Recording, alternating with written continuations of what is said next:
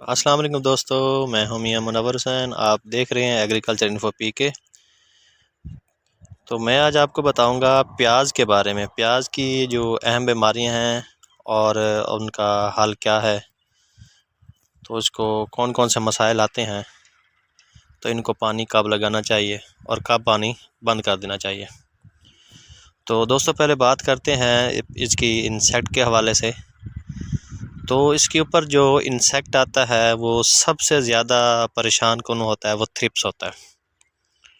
वो थ्रिप्स ऐसे होता है कि इसका आम तौर पर इसको देखा नहीं जा सकता। तो इसको देखने के लिए जो प्याज की जो न्यू कॉम्पल निकलती है प्याज के गंडी के ऊपर से, तो यहाँ पर इसका जो अटैक आता है, तो इसमें इसका लेवल होता है 8 से 10 दाने फी पत्ता।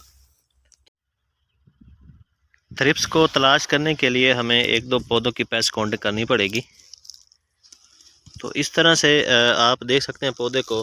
ये आप हिस्सा खोलेंगे तो ये जो दरमियान में ये कॉम्पलें होती हैं, तो इस जगह पर वो थ्रिप्स का बहुत ज़्यादा अटैक होता है। मज़ीद हम एक दो पौधे और देख लेते हैं।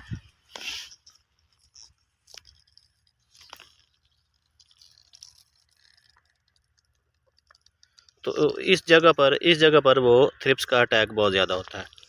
तो दोस्तों अगर जब इस तरह की सिचुएशन आ जाए, थ्रिप्स का ज़्यादा अटैक आ जाए, तो इसके लिए आप एक प्रोडक्ट मैं आपको बता देता हूँ, तो उसको ही आप इसको प्रेफर करें। एक प्रोडक्ट है रेडिएंट, प्रोडक्ट है रिस्टा कंपनी का, उसको आप प्रेफर करें। तो ये भी थ्रिप्स के लिए बहुत अच्छा कंट्रोल देता है।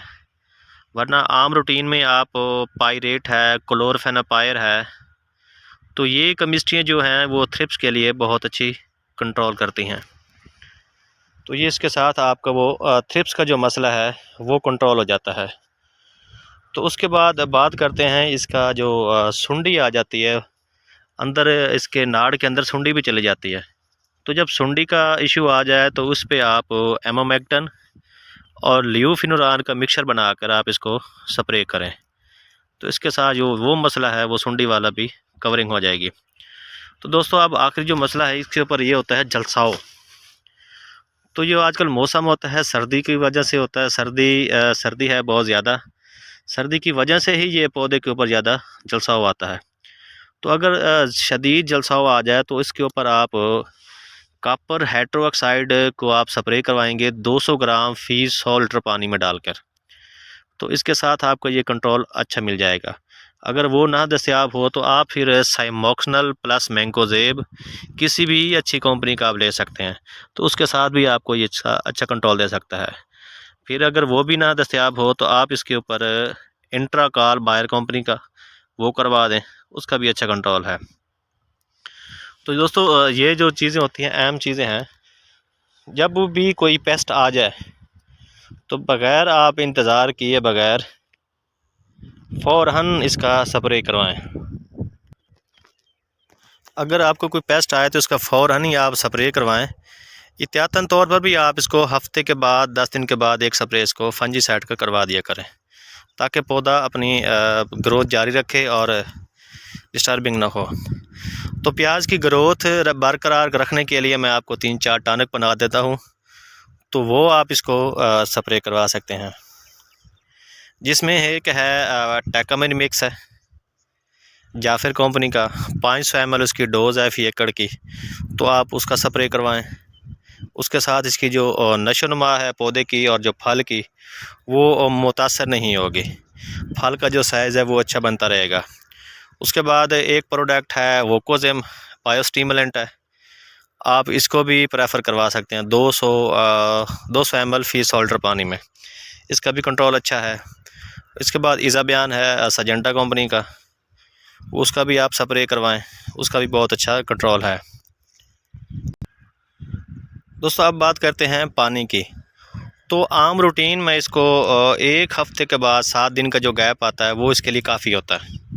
हर हफ्ते के बाद इसको पानी लगाना ज़रूरी होता है।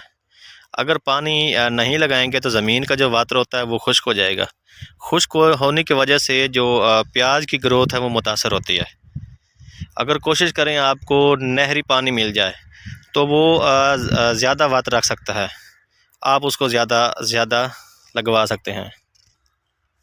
जब ये प्याज का साइज़ अच्छा खासा तैयार हो जाए, देख रहे हैं कि आप जब